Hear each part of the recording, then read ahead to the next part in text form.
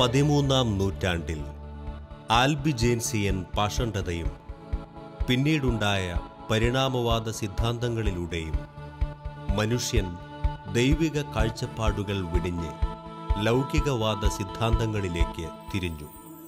അപ്പോൾ ലോകരക്ഷയ്ക്കായി പരിശുദ്ധ കന്യക ലൂർദിൽ പ്രത്യക്ഷപ്പെട്ട് താൻ അമലോത്ഭവയാണെന്ന് പ്രഖ്യാപിച്ച് മനുഷ്യമഹത്വത്തെ ഉയർത്തിപ്പിടിച്ചുകൊണ്ട് ഭൗതികവാദത്തെ വെല്ലുവിളിച്ചു.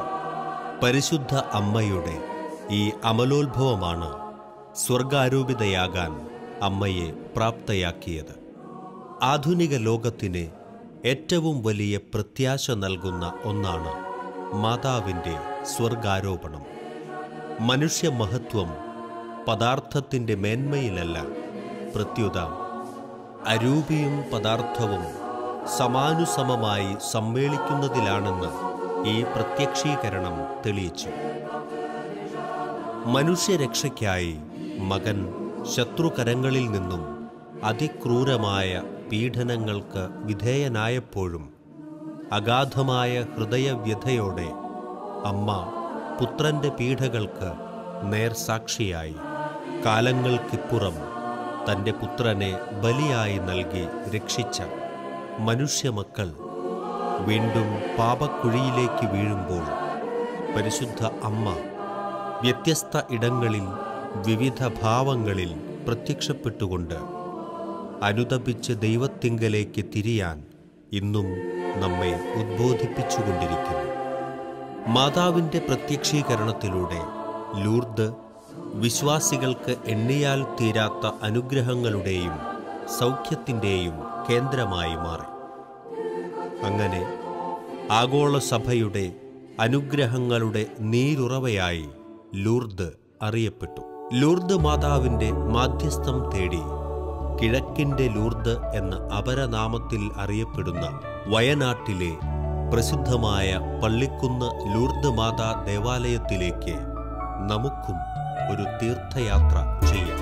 ഈ തീർത്ഥയാത്രയിൽ ലോകത്തിലെ ഏറ്റവും ദൈർഘ്യമേറിയ സുലീവാപാതയും വയനാടിൻ്റെ പ്രകൃതി സൗന്ദര്യവും നാനാജാതി മതസ്ഥർ മാധ്യസ്ഥം തേടിയെത്തുന്ന വയനാട്ടിലെ സെന്റ് ജൂഡ് തീർത്ഥാടന കേന്ദ്രവും നമുക്ക് സന്ദർശിക്കാം.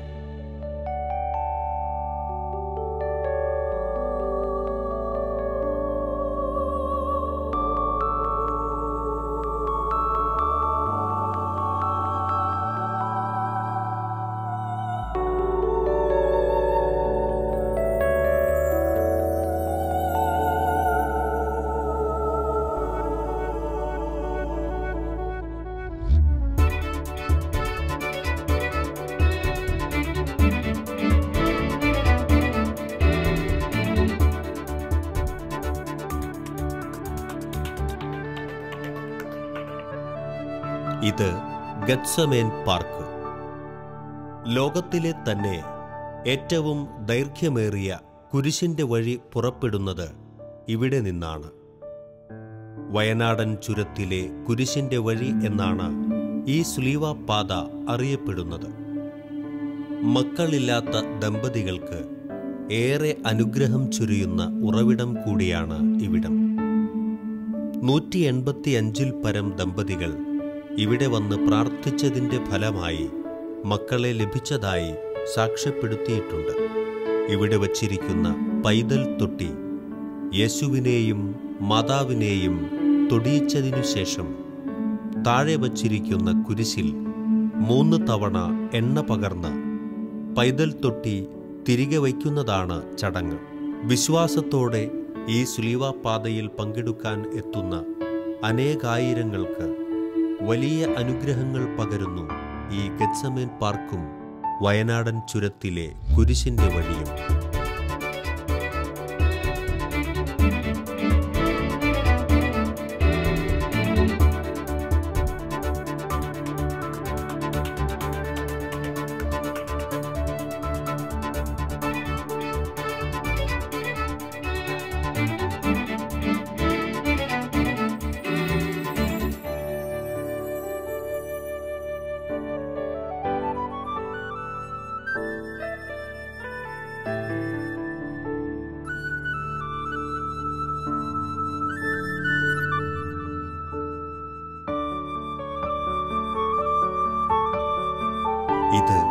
വയനാടൻ ചുരം.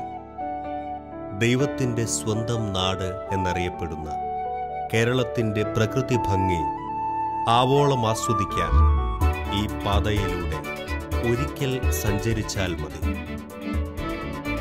അനേകം ചെറുവളവുകളും 9 ഹെയർപിൻ വളവുകളോടും കൂടിയ ദേശീയ പാതയാണിത്.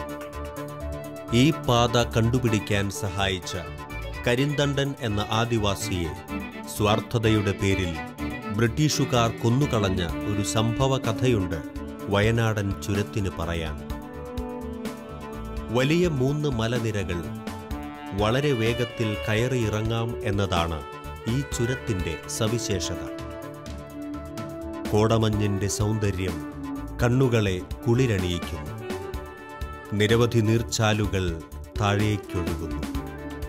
പച്ച വിരിച്ചു നിൽക്കുന്ന മലനിരകളെ പിന്നിലാക്കി 9 ഹെയർപിൻ വളവുകൾ കയറിച്ചെന്നാൽ വിശാലമായ വ്യൂ പോയിന്റ്. ഇളം കാറ്റും കോടമഞ്ഞും മിക്കവാറും സമയങ്ങളിലും ഇവിടം കീഴടക്കിയിരിക്കും. ലക്കിടി എന്നാണ് ഇവിടം അറിയപ്പെടുന്നത്.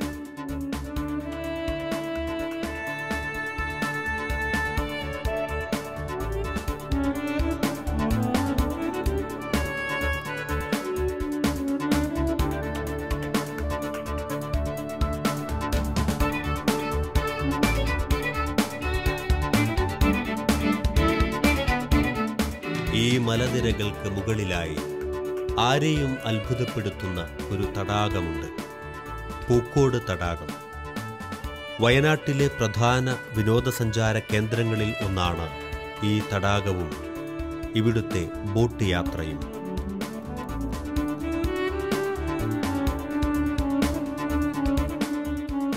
ഇത് വയനാട് ചുണ്ടയിൽ സ്ഥിതി ചെയ്യുന്ന വിശുദ്ധ യൂദാ തദേവൂസിന്റെ പ്രസിദ്ധമായ തീർത്ഥാടന കേന്ദ്രം. അസാധ്യ കാര്യങ്ങളുടെ മധ്യസ്ഥനായ ഈ വിശുദ്ധന്റെ സന്നിധിയിൽ ദിനംപ്രതി അനേകർ വന്ന് നേർച്ച കാഴ്ചകൾ സമർപ്പിച്ച് അനുഗ്രഹം പ്രാപിച്ച് മടങ്ങുന്നു. കുഞ്ഞുമക്കൾ പോലും പ്രാർത്ഥിക്കാനായി സദാസമയവും കടന്നുവരുന്നു ഈ വിശുദ്ധന്റെ സന്നിധിയിൽ. അൾത്താരയിൽ ദിവ്യകാരുണ്യനാഥനെ എപ്പോഴും എഴുന്നള്ളിച്ചു വച്ചിരിക്കുന്നു ഇവിടെ. അനേകം ഇതര മതസ്ഥർ ഈ തീർത്ഥാടന കേന്ദ്രത്തിലെ നിത്യസന്ദർശകരാണ്. തങ്ങളുടെ ആവശ്യങ്ങളിൽ യൂദാ തദേവൂസ് പൂർണ്ണ മാധ്യസ്ഥം വഹിച്ച് ഉദ്ദിഷ്ട കാര്യങ്ങൾ സാധിച്ചു തരുമെന്ന് ഇവിടെയെത്തുന്ന തീർത്ഥാടകർ പൂർണ്ണമായും വിശ്വസിക്കുന്നു. ഇവിടെ നടക്കുന്ന ഓരോ അത്ഭുതങ്ങളും വിശ്വാസികളുടെ വിശ്വാസത്തെ വർദ്ധിപ്പിക്കുന്നതോടൊപ്പം ധാരാളം തീർത്ഥാടകരെ ഇവിടേക്ക് ആകർഷിക്കുകയും ചെയ്യുന്നു.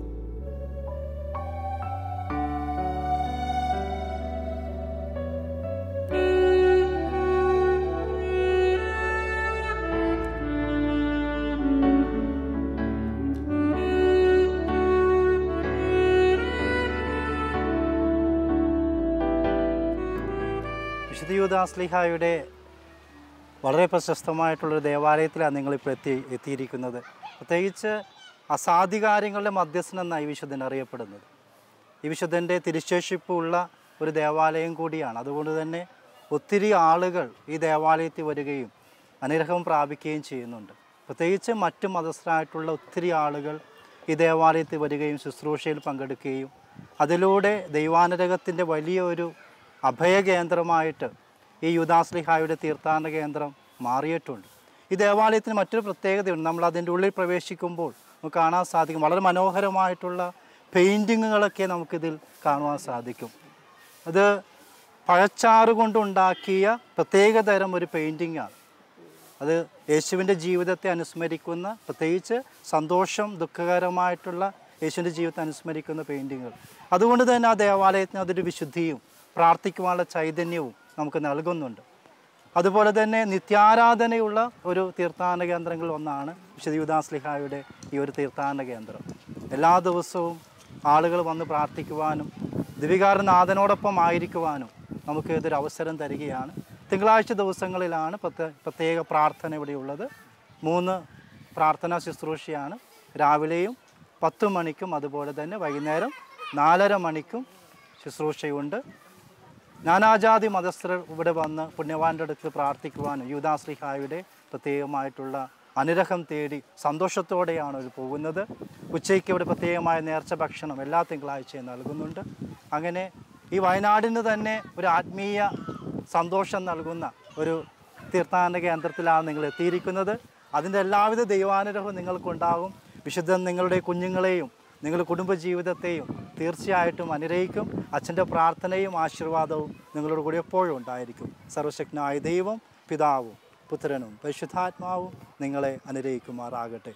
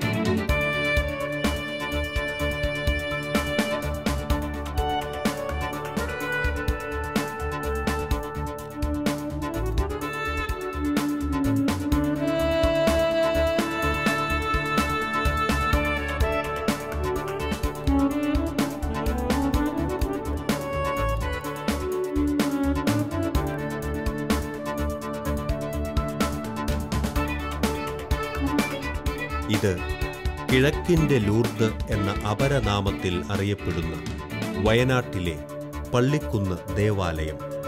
ദേവാലയ കവാടത്തിലുള്ള ഈ ഗ്രോട്ടോയിൽ പ്രദേശവാസികളും സന്ദർശകരും പ്രാർത്ഥിക്കാനായി എപ്പോഴും കടന്നുവരുന്നു. ആർക്കും ഏതു സമയവും ഇവിടെ വന്ന് ലൂർദ് നാഥയോട് മാധ്യസ്ഥം തേടാം. ഫെബ്രുവരി മാസത്തിലെ തിരുനാൾ ദിനങ്ങളിൽ 3 ലക്ഷത്തിൽ പരം തീർത്ഥാടകരാണ് ഇവിടം സന്ദർശിക്കുന്നത്. ജാതിയുടെയും മതത്തിൻ്റെയും പേരിൽ കൂട്ടക്കുരുതികൾ നടക്കുന്ന ആധുനിക കാലത്തിൽ പരസ്പര സ്നേഹത്തിൻ്റെയും സൗഹാർദ്ദത്തിൻ്റെയും പ്രതീകമാണ് ഈ മരിയൻ തീർത്ഥാടന കേന്ദ്രവും ഇവിടുത്തെ ആചാരാനുഷ്ഠാനങ്ങളും. തിരുസ്വരൂപക്ഷാളനം, തീർത്ഥപാനം, ശയനപ്രദക്ഷിണം, ചോറൂട്ട്, പേരിടൽ, ഭജന ഇരിക്കൽ, മുട്ടിന്മേൽ നീന്തൽ, കല്ല് തലയിലേറ്റിയുള്ള വലം വയ്ക്കൽ, ഇലവലിക്കൽ, നിലവിളക്ക് തെളിയിക്കൽ തുടങ്ങിയ നേർച്ച കാഴ്ചകൾ ഭക്തർ സ്വമേധയാ അനുഷ്ഠിക്കുമ്പോൾ മതേതരത്വത്തിൻ്റെ മഹത്തായ കൂട്ടായ്മ നമുക്കിവിടെ കാണാനാകും.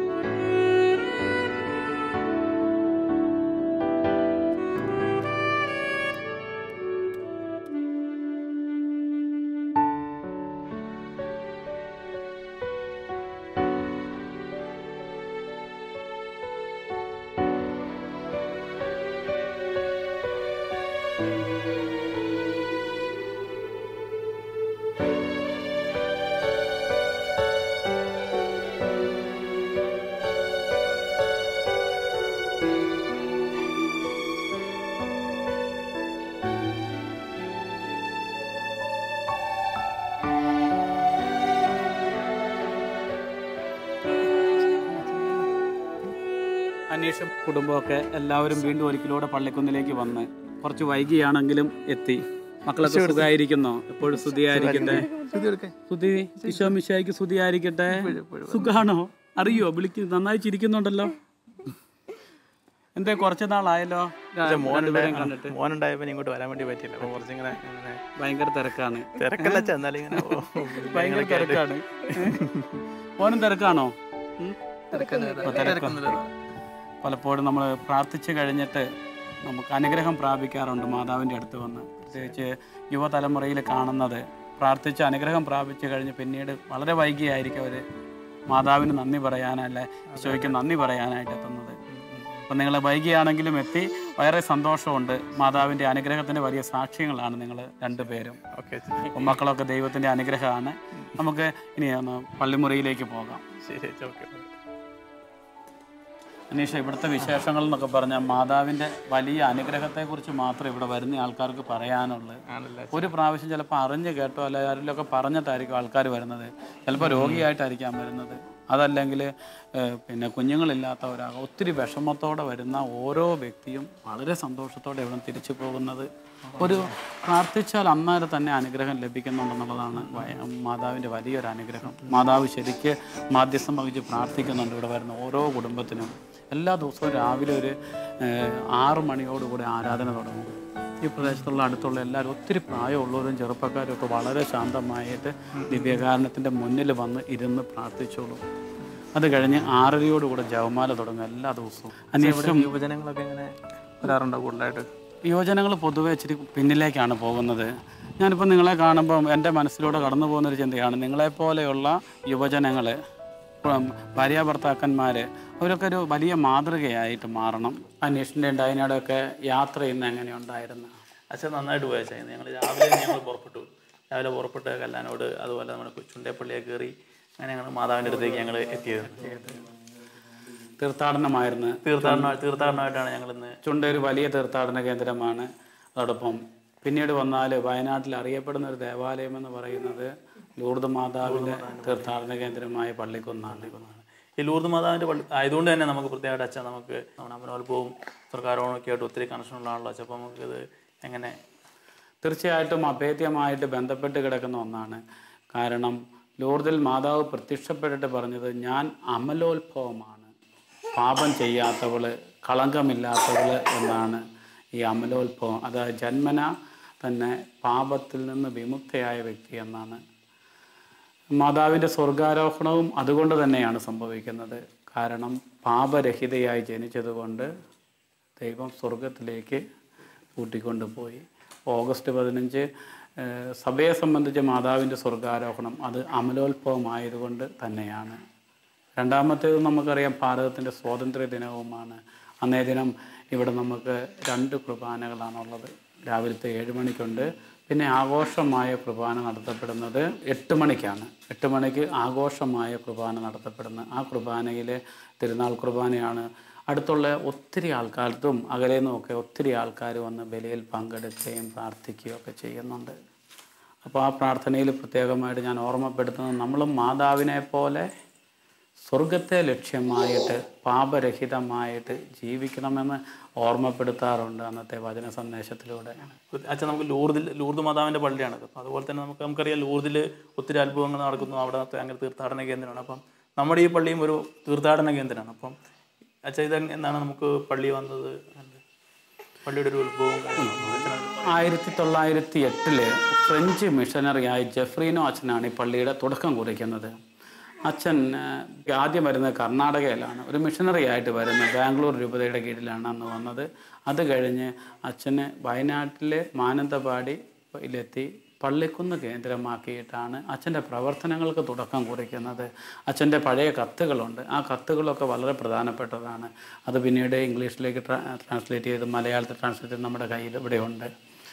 ഇവിടെ വന്ന് ഇവിടെ പ്രത്യേകിച്ച് ആദിവാസികളുടെ ഇടയിലാണ് ഈ ഒരു മിഷൻ പ്രവർത്തനം തുടങ്ങുന്നത്. വീടില്ല, അല്ലെങ്കിൽ താമസിക്കാനായിട്ടൊരു സൗകര്യമോ പള്ളിയോ ഇല്ല. 1908 ആദ്യത്തെ ഒരു മുള കൊണ്ടുള്ള ഒരു ഷെഡ് പണിത് അവിടെ കുർബാന അർപ്പിച്ചുകൊണ്ടാണ് അച്ഛൻ തുടങ്ങുന്നത്. അങ്ങനെ തുടങ്ങി. അതോടൊപ്പം പിന്നെ വളരെ വൈകിയാണ് ഈ ഇപ്പോൾ ഉള്ള ദേവാലയം പണിയപ്പെടുന്നത്. 1923 കോഴിക്കോട് രൂപത വന്ന് മംഗലാപുരം വിഭജിച്ച് കോഴിക്കോട് രൂപത വന്നു കഴിഞ്ഞാണ് ഈ പിന്നെ ജെഫ്രീനോ അച്ഛൻ തൻ്റെ പ്രവർത്തനം ഇവിടെ നിന്ന് നിർത്തി തിരിച്ച് ബാംഗ്ലൂരിലേക്ക് പോവുകയാണ് ചെയ്തത്. കോഴിക്കോട് രൂപതയാണ് പിന്നീട് ഈ ദേവാലയം ഏറ്റെടുക്കുക അതിൻ്റെ പ്രവർത്തനങ്ങളുമായിട്ട് മുന്നോട്ട് പോകുന്നത്. ഇന്ന് അറിയപ്പെടുന്ന കേരളത്തിലെ ഒരു തീർത്ഥാടന കേന്ദ്രമാണ് ലൂർദ് മാതാവ്. കിഴക്കിൻ്റെ ലൂർദ് എന്ന അപരനാമത്തിൽ അത് അറിയപ്പെടുന്നത്. കിഴക്കിൻ്റെ ഇവിടെ മറ്റ് ദേവാലയങ്ങളിൽ നിന്ന് വ്യത്യസ്തമാക്കുന്ന ഒത്തിരി ആചാരങ്ങളും നേർച്ചകളും ഇതിൻ്റെ ഒരു പ്രത്യേകതയാണ്. 17 ദിവസം നീണ്ടു നിൽക്കുന്നത് ഇവിടുത്തെ തിരുനാൾ. ഫെബ്രുവരി 2-ന് തിരുനാൾ തുടങ്ങുന്നത്. 2 മുതൽ 18 വരെയാണ്. 2-ന് വൈകുന്നേരം നമ്മുടെ ദേവാലയത്തിൻ്റെ ഫ്രണ്ടിലെ കവാടത്തിൽ കൊടിമരത്തിൽ മാതാവിൻ്റെ പതാക ഉയർത്തിക്കൊണ്ടാണ് തുടങ്ങുന്നത്. ആ ദിവസം ഒത്തിരി ആൾക്കാർ വരും. ഈ ഒരു പ്രദേശം മുഴുവനും ഈ തിരുനാളിന് വേണ്ടി കാത്തിരിക്കുകയും അവിടെ വന്നെത്തുകയും ചെയ്യും. ഈ മാതാവിൻ്റെ കൊടി ഉയർത്തുന്ന ആ സമയത്ത് ചോദിക്കുന്നത് ലഭിക്കുന്നതാണ്.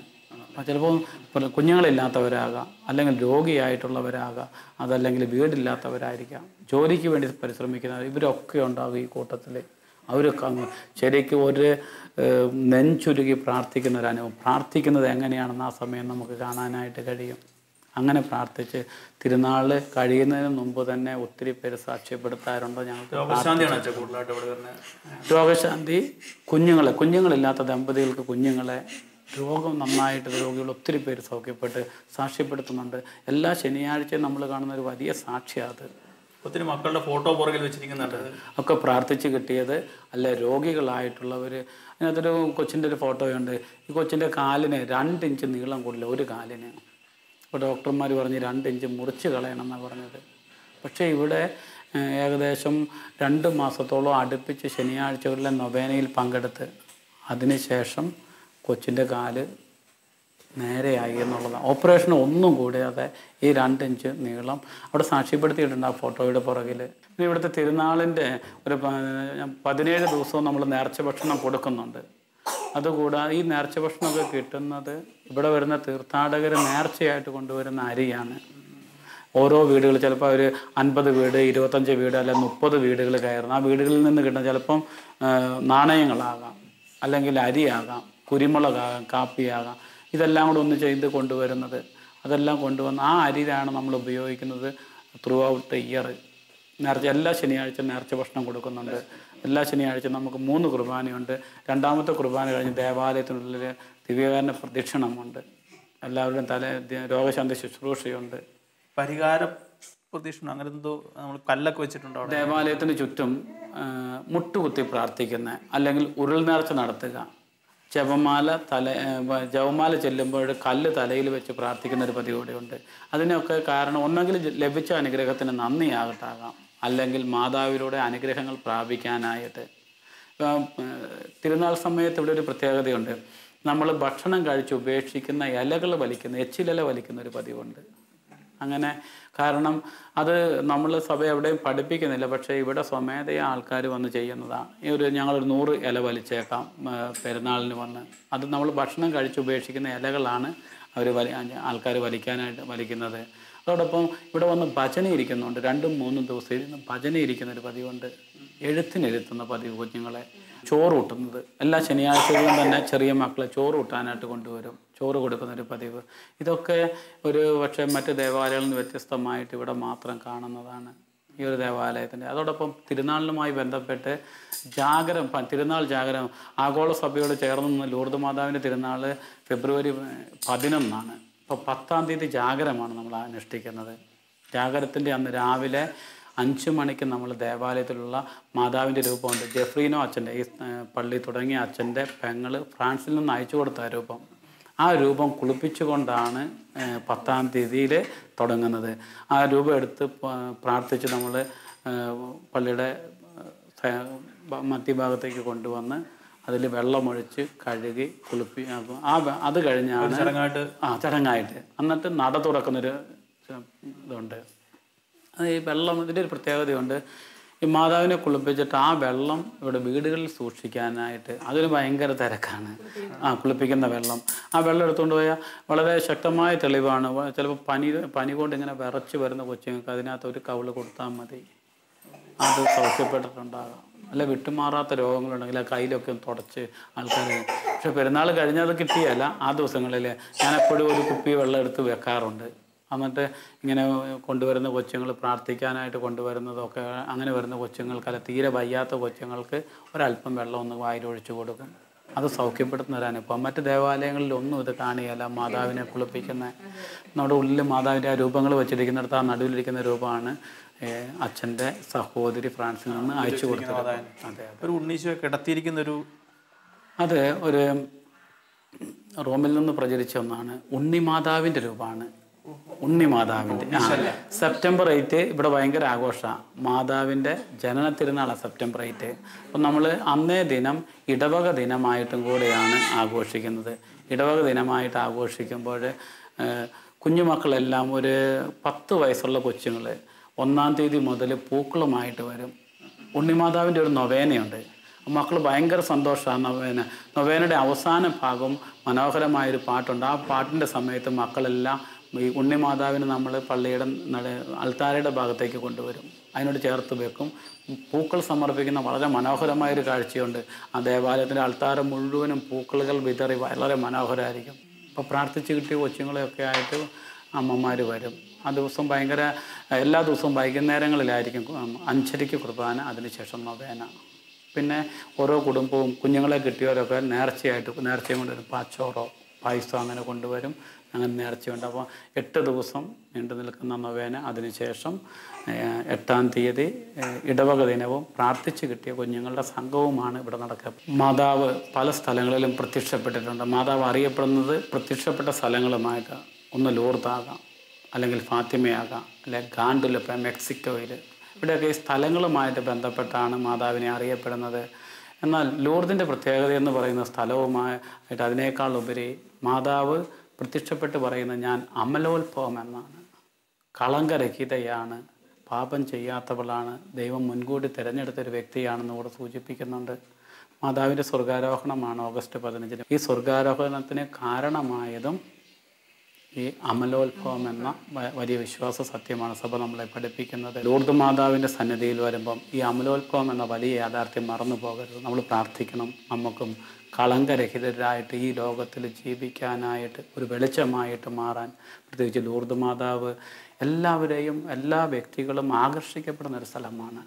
മാതാവിൻ്റെ വലിയ അനുഗ്രഹം, കാരണം ഒരിക്കലും കുറവില്ലാതെ കാത്തു പരിപാലിക്കും. അത് കാനായിലെ കല്യാണ വിരുന്നിന് പറയുന്നുണ്ടല്ലോ, അവസാനം വരെ നല്ലത് കാത്തു സൂക്ഷിക്കാൻ. അപ്പോൾ പ്രത്യേകമായിട്ട് ഞാൻ ആശംസിക്കുകയാണ് അനീഷിനും ഡൈനയ്ക്കും അവസാനം വരെ നല്ല വീഞ്ഞ് കാത്തു സൂക്ഷിച്ച വ്യക്തികളാകാൻ, അതിന് പരിശുദ്ധ അമ്മയുടെ കൂടെ നടക്കുന്ന കുടുംബമായിട്ട് മാറട്ടെ എന്ന് അച്ഛൻ ആത്മാർത്ഥമായി. ഒത്തിരി നന്ദി അച്ഛാ. ഈ ഒരു സമയങ്ങളിൽ ഞങ്ങളോടൊപ്പം ചെലവഴിക്കാനും അച്ഛൻ്റെ കൂടെ ആയിരിക്കാനൊക്കെ ഒത്തിരി നന്ദിയുണ്ട്. ഒത്തിരി തീർച്ചയായിട്ടും എൻ്റെ പ്രാർത്ഥനയിലുണ്ടാകും. എനിക്ക് വേണ്ടി കൂടെ പ്രാർത്ഥിക്കണം.